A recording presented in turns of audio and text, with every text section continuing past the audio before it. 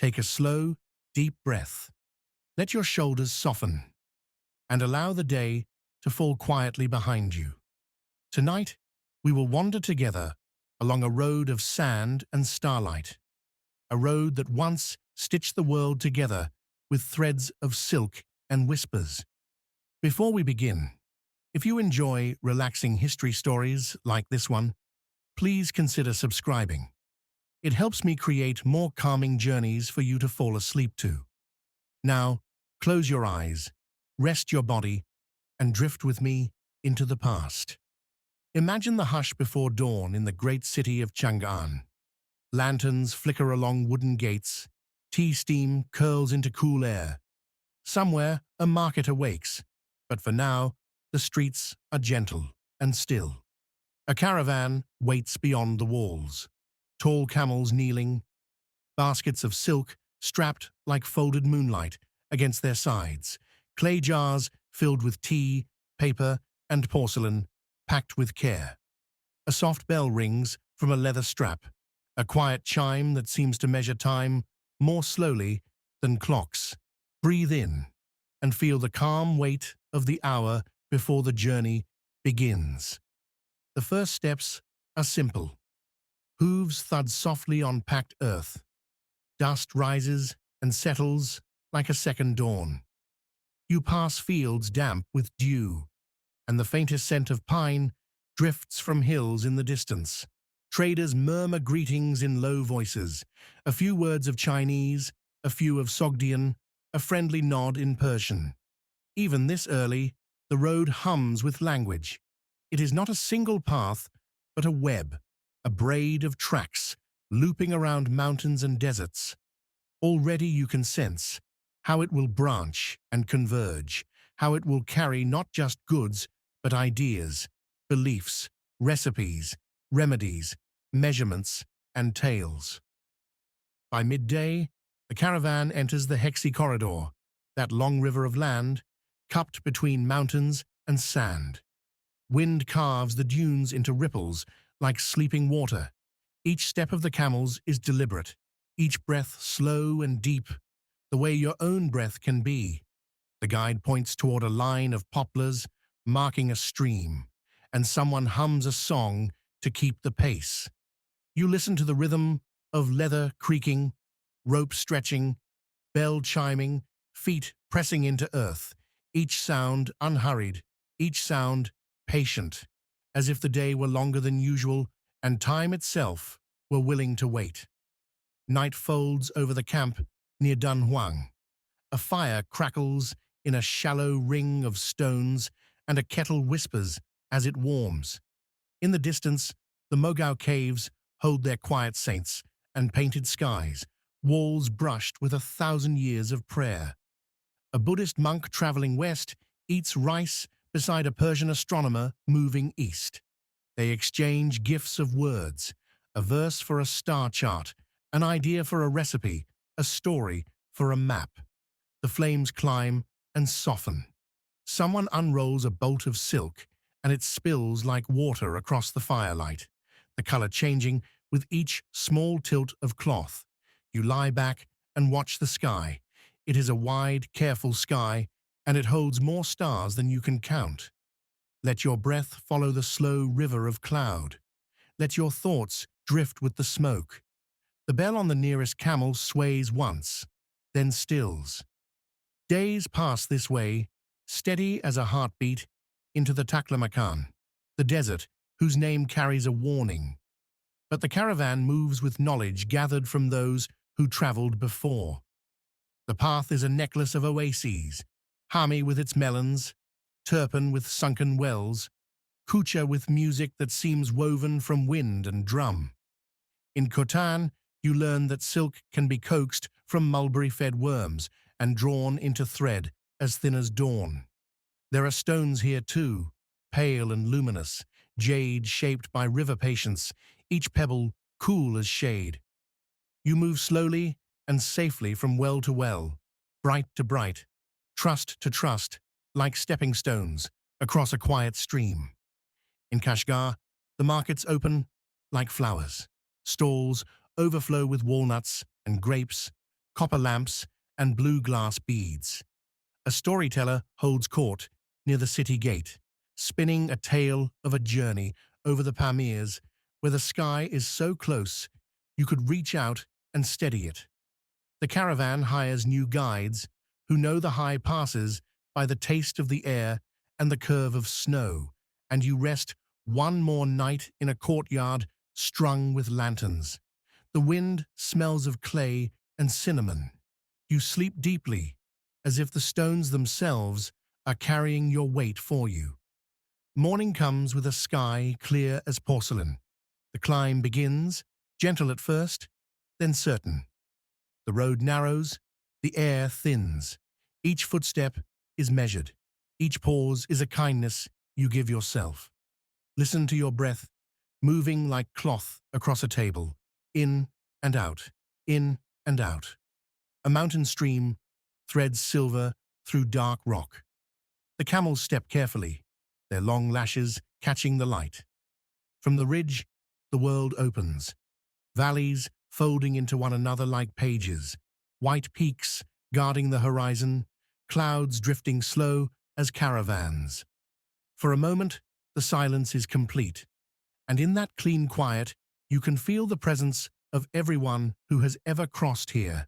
Monks, envoys, midwives, healers, mapmakers, each carrying a piece of the world to share in distant rooms. Down the far side, the path unwinds into grasslands. The air warms. A hawk circles. By evening, you reach Samarkand, the city whose name sounds like a poem.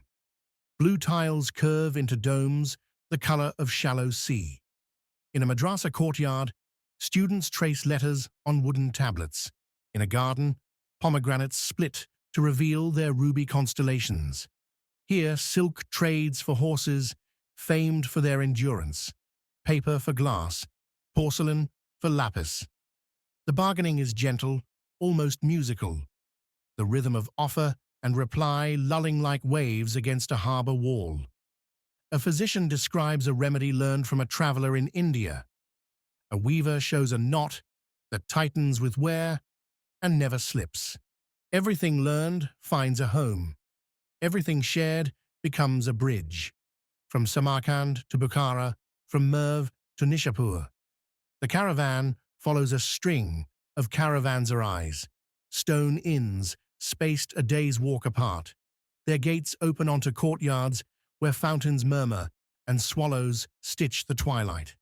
Travelers remove their sandals and soak dust-tired feet. A cook ladles stew, fragrant with coriander and mint. Someone unrolls a map on a low table.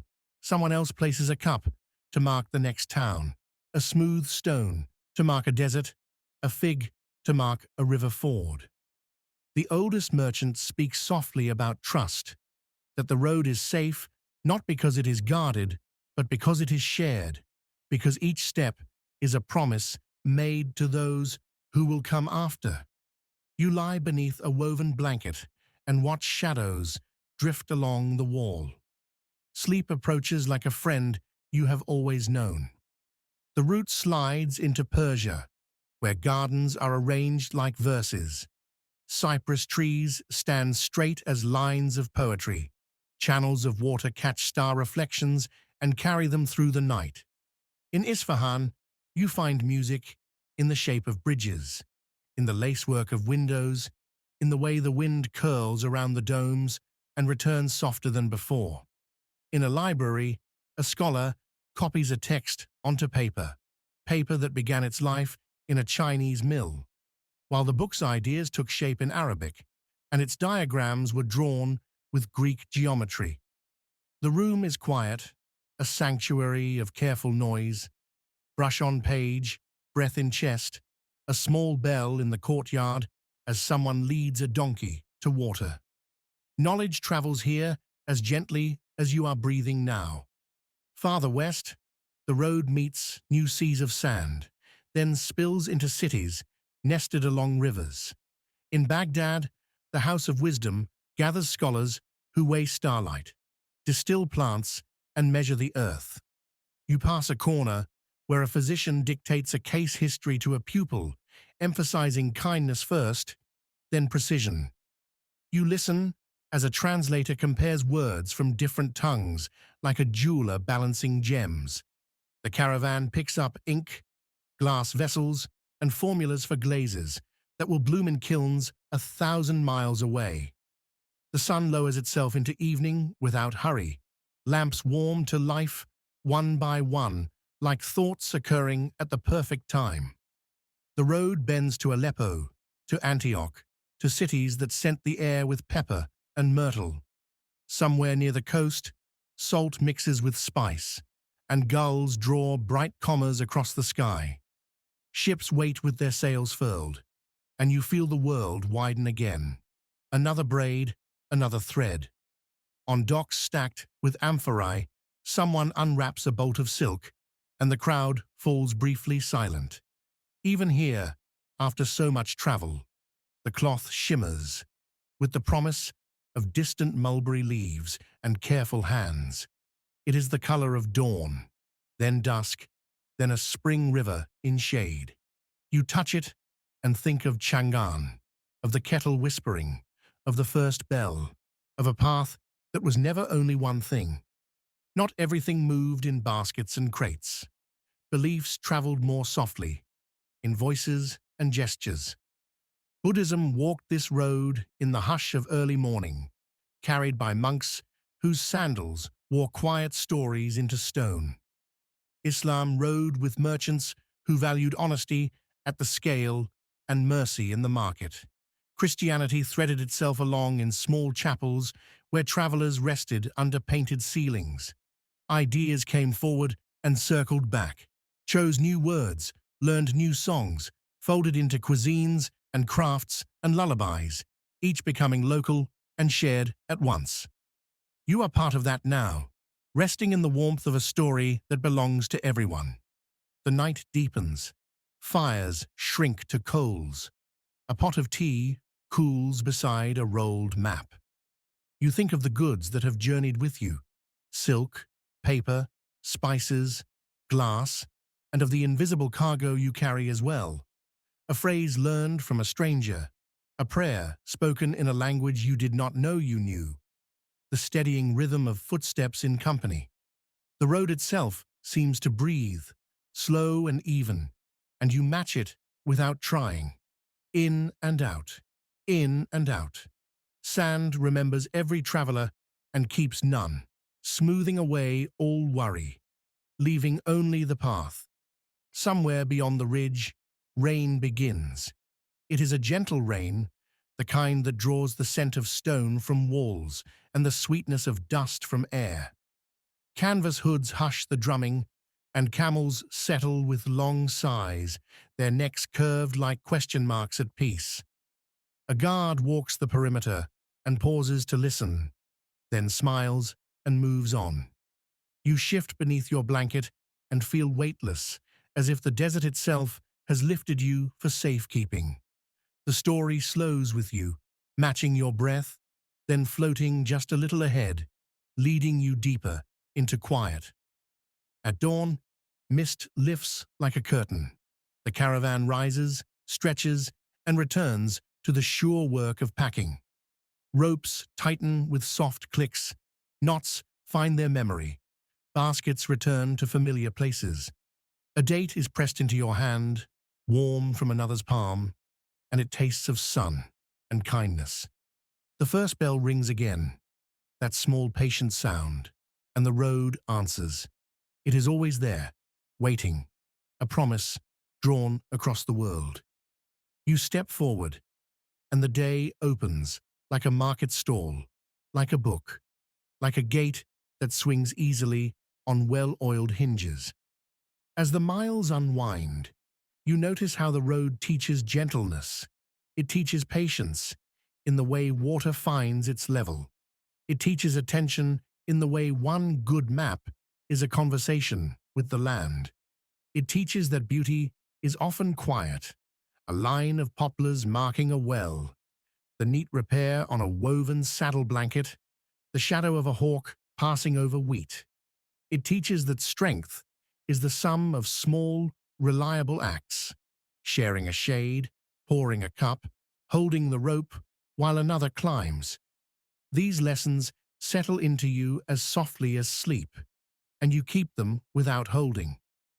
By the time the journey has circled back in your mind to the first gate at Chang'an, you have crossed the desert a dozen times.